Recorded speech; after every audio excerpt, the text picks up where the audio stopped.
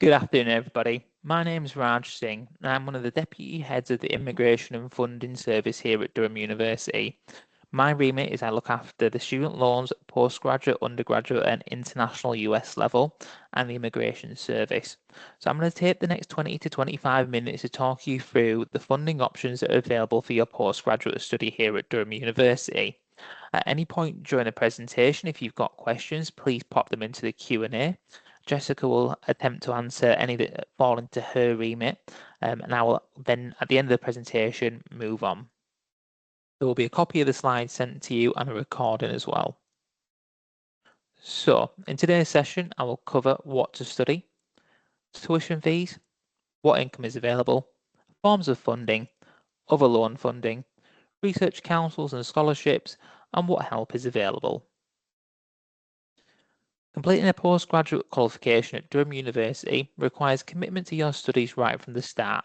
We also recommend budgeting for student life well in advance to make sure that funding issues are not a barrier to you getting the best out of your experience. Integrated Masters impact eligibility for student loans. If you have undertaken an integrated Masters as part of your BA or BSc qualification, then you will not be eligible for a postgraduate loan in most scenarios. So, you are eligible for a loan for a PhD, a postgraduate research masters, and postgraduate taught masters. If you're undertaking a postgraduate certificate in education, a PGCE, this funding works slightly differently and still is classed as undergraduate funding for the purposes of the Student Loans Company. Tuition fees will vary depending on your chosen course and whether you qualify for UK or international fee status. Your fees cover the cost of registration, formal entry into the university, your teaching and supervision, and all examination and degree fees. If you're studying full-time, your tuition fees can either be paid in full at the start of the academic year on a termly basis.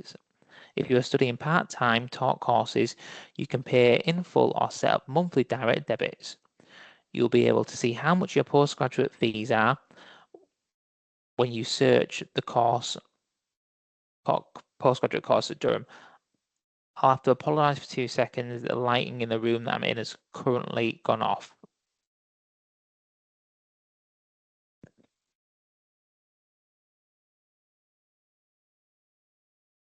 That's one of those automatic light situations, isn't it? Yeah, my apologies for that, everybody. I've obviously been sat in this room far too long and it's gone off. Hopefully it won't happen again in today's session. So, at Durham University, we offer an alumni fee scholarship. We're keen to support you in realising this through the Durham University Alumni Fee Scholarship. The scholarship will contribute part of the cost of your tuition fees. So it's a 15% discount if you're doing the courses that are down on the left-hand side, and a 10% for any other programme. As long as you hold a bachelor's or higher degree from Durham University and apply for a course that begins in 23, 24, 24, 25 or 25, 26, you are automatically eligible for this scholarship. You do not need to apply separately. Those holding a certificate in higher education, diploma in higher education, or postgraduate CPD credits will unfortunately not be eligible to receive the scholarship. The link down at the bottom of the screen is where you'll find more details regarding that alumni fee scholarship. Forms of funding. So we'll talk through the Student Loans Company, Research Council funding, scholarships and bursaries, private loan providers, what was formerly known as the PSS scholarship is now the Postgraduate Scholarship, savings and US federal aid.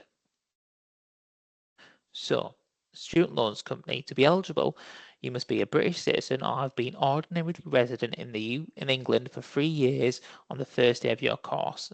Be under the age of 60 on the first day of your course, studying a taught or research master's course, and do not already have a postgraduate master's qualification or another higher level qualification such as a PhD.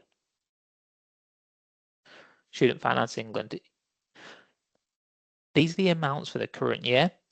You will be eligible for a loan from the UK government of up to 12,858 for master's programmes split over 1 or 2 years, and 30,301 for doctoral PhDs spread over 3 or 4 years or 6 or 7 years. There is a key element here if you are studying a PhD. Your program may be advertised as a 3-year program or a 6-year program. However, the duration of the program, including your continuation year for your thesis submission, makes the program either 4 or 7 years, and as such, the loan will be split between either 4 or 7 years. It's something to consider when you start doing your budget calculations for your program. The money will be paid directly into your bank account in 3 installments during the academic year. If your course is longer than 1 year, the loan will be divided equally across each year of your course. If you study part-time, you can only get payments in the first 2 years of your course for master's programs. Postgraduate loans work slightly differently to undergraduate loans from the student loans company. There is no longer a separate element considered as a tuition fee loan or a living cost loan. It's all considered a contribution towards your study. The amounts will get paid to you in full. It is then your responsibility to pay for your tuition fees at any chosen provider. So for master's courses, the course must be in the UK and must lead to a master's qualification. Be full-time 1 or 2 years, part-time 2 years for the equivalent of a 1-year full-time course, 4 years for the equivalent of a 2-year full-time course, or 3 years where there is no equivalent of a full-time course. Postgraduate loans are not available for postgraduate level courses such as PG Certs. These may be funded under undergraduate loan systems. Applying to the student loans company. Before starting an application, students should have the following to hand: ID information, passport, birth certificate, or identity and residency evidence documents, your university name and course details, a UK bank account details, and a national insurance number. An application can be made online and you will maintain the same customer reference number that you had if you took undergraduate student loans. There is no means tested element to the loan. You do not need to provide partners, parents, income details. Repayment. If you took out a master's or doctoral loan, you'll only repay when your income is over £403 a week, £1,750 a month, or £21,000 a year before tax and other deductions. Repayments work in the exact same way as an undergraduate loan. You'll repay 6% of your income over the postgraduate loan threshold of £21,000 a year.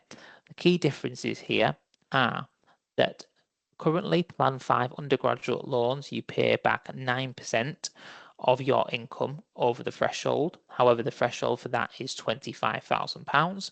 They are considered as 2 separate loans. If you have both, you will enter into repayment for your postgraduate loan before you do your undergraduate loan.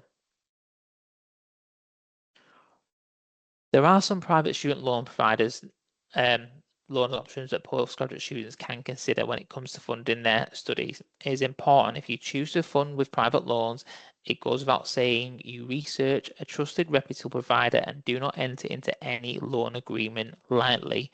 My team are unable to offer any financial advice in relation to loans, interest rates.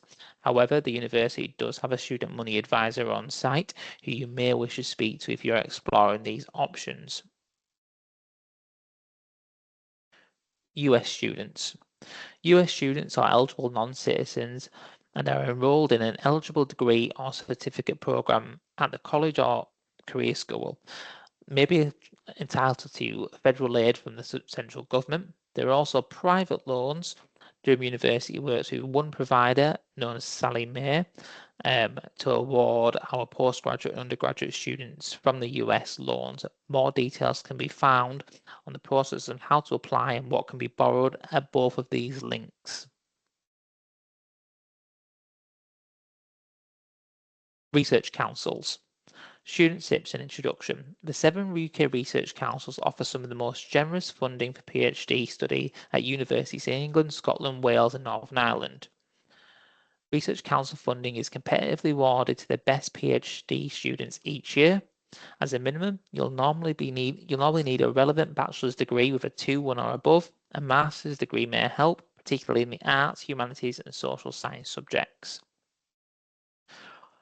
This slide here gives you a link to all 7 individual research councils where you can go ahead and carry out further research in your own time. Savings. You can use personal savings to fund your postgraduate course. You may also be able to borrow funds from family and friends.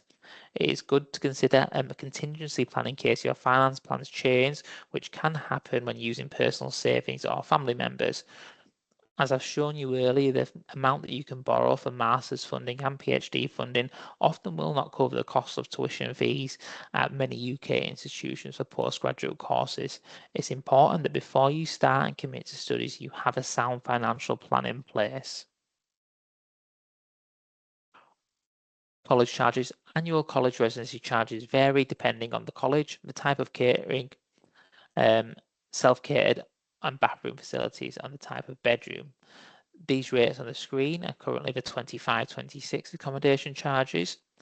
The range of colleges is approximately between 8,478.75 and 14,687.40 for postgraduate students.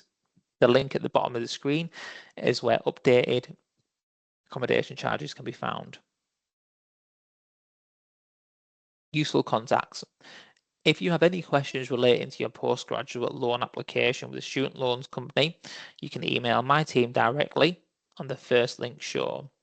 If you have any questions about how you are billed or need to make arrangements for being billed in certain ways, it's the second link. If you have any questions regarding student registry, the third link. Our student money advisor can be contacted on the fourth link. Our central scholarships team can be contacted at scholarships.advice at Durham, and our student support fund can be contacted at the bottom. The student support fund is in place for all our students and is an emergency contact if for some reason you do not have the funds to pay for your education or essential living costs while you are enrolled. Again, my email address is down there at the bottom, and my team are happy to help with any questions you have following this session.